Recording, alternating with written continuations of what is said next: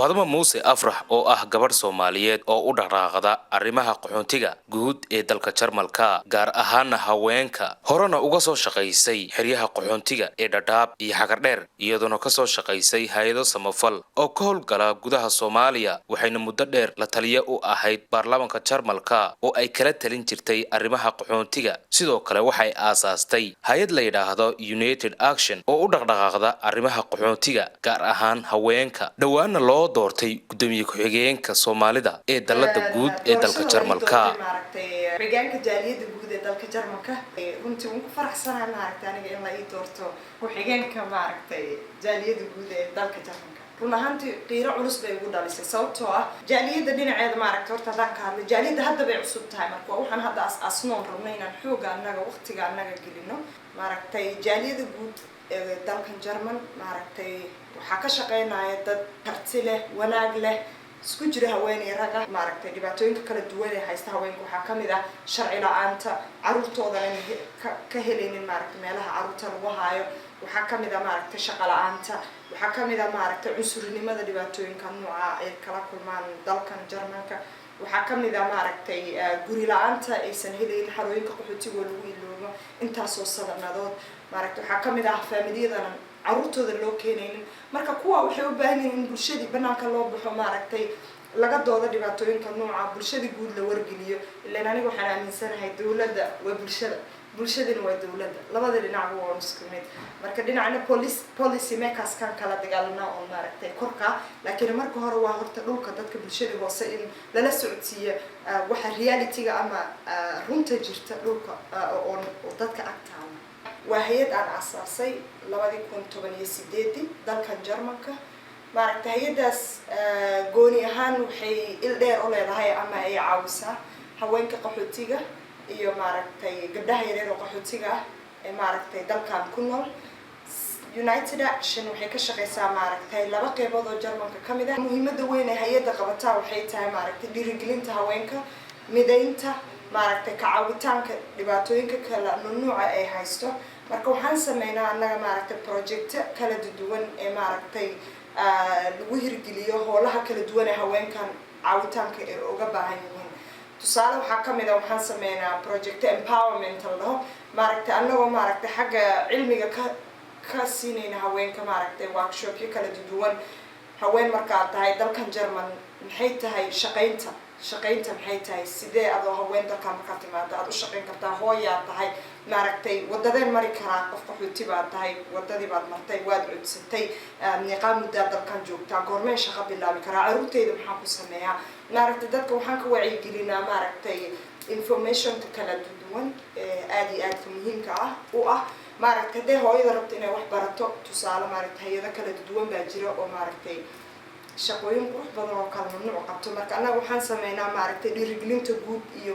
informationka kala duwan ee u baahan yihiin haweenka ku nool dalkan Jarmal gooni ahaan waxaan ka shaqeynaa Brandenburg iyo Berlin caasimada Berlin gabdhaha yaryarteeda markaad usoo laabatidna waxay tahay gabdhaha yaryar dalkan markay yimaadaan waxay la mid yihiin familiga hooyadii caruurta markay iskoolka aadaan dad ka duwan ay la kulmaan dhaqankiidu ku cusub yahay caruurta waxaa ku dhacaysa culture shock waxa la dhahaa guriga culture kale ku tagayaan iskoolka culture kale horyaala marka caruurtan sidee loo caawin karaa loo dhiirigelin karaa loo fahansiin karaa marka run ahaantii waxaa kaloo qabanaa solidarity festival waxyaaba la dhaho oo la isku keenayo oo haweenka maadaama haweenka aan la shaqeyna ay yihiin haween kala dalka yimaaday 12 dalood tusaale ahaana qof walba dhaqan buu ka yimaaday afgooni buu wataa systemku way ku wada cusub yihiin ma isgaranayaan ayaga dhexdoodii baa u baahan isdhexgal bulshada cunto karista ay qof walba cunto soo bandhigaya dhaqan ciyaar dhaqameedka ayaa kamid ah waxaa kamid ah waxyaabo kala duwan oo aad u qurux badan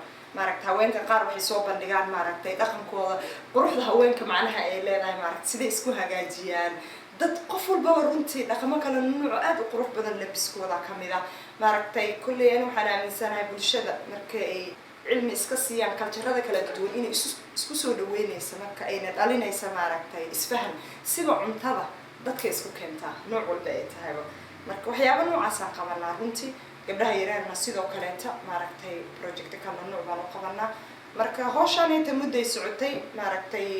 waxaana garabna siiyo maaragtay xagga dawladda Jarmalka maaragtay waxaa garabna siiyo hay'ado kala duwan waxaa garabna siiyo maaragtay dhaqaale bixiyayaal kala duwan marka run ahaantii waxa waaye shaqo sahlan ma laakiin waan ku faraxsanahay in aan qabano marka hay'adda maaragtay waxaan leenahay dad kala duwan maaragtay asaaska kamid ah oo nala shaqeeyo maaragtay shaqaalaha kamid ah dad volunteer baa nala shaqeeyo bulshada Soomaaliyeed ku nool gaar ahaan dalkan Jarmalka waxaan leeyahay walaalayaal sababtoo kulligan bini'aadam baana bini'aadam ka soo waxaan nahay dad Soomaaliyeed oo dhiiga Soomaaliyeed wada wato waxaan nahay hal dhaqan dad wato waxaan nahay dad hal diin wato dad waxaan nahay maaragtay hal dhaqan wato maxaan u kala qaybsanaa maxaana kala jijibiyay dalkan maxaana keenay Jarmalka aan ku noolnahay dhibaatana keentay maadaama ay dhibaatana keentay maxay tahay waxa habboon oo nalaga rabo inaan sameeyno kulligeen sababtoo annagu wax walbo waxaan aaminsanahay dad iga cilmi badan iga waaya arag badan iga aqoon badan in ay mar walba isku daydo isku keenista bulshada ayna weli ka shaqeeyaan isku keenista bulshada waxaan idin leeyahay Soomaaliyeed meel walba aad joogtaan ha ku noqonina Soomaalinimo ama ha isku garanina Soomaalinimo markaad qabriga gashaan ee isku noqdo Soomaalinimo iyo dad isjecel inta aad nooshihiin waxaan rajaynayaa dad muuqda inaan noqono dad isfahma aan noqono dad isku tirsan aan noqono dad tusaale wanaagsan إحنا أنا قلنا نفتح هذا كبلاو بالشدة هذا نجرب استان وحن رجعنا كود جوليستين عن نقطة جاليد جودة سوماليين حديا ربطه وحول بون نجات تبارية كرتيا إن أنا دين صوبر لجنة لكن وحب مسؤول تجارين جرب كينا العادة أنا مرة والبكفيرين دين عول بوناج أنا فيرين ما ركتدين حماته سومالي مر وبعد كان كنت والدين سلامة وحنا رجعنا دت جوليستو أو مدرسين إن أنا قلنا أو تصالح ونعكسن waa ayaan la mudakar RTN TV magaalada Berlin ee caasimadda dalka Jarmalka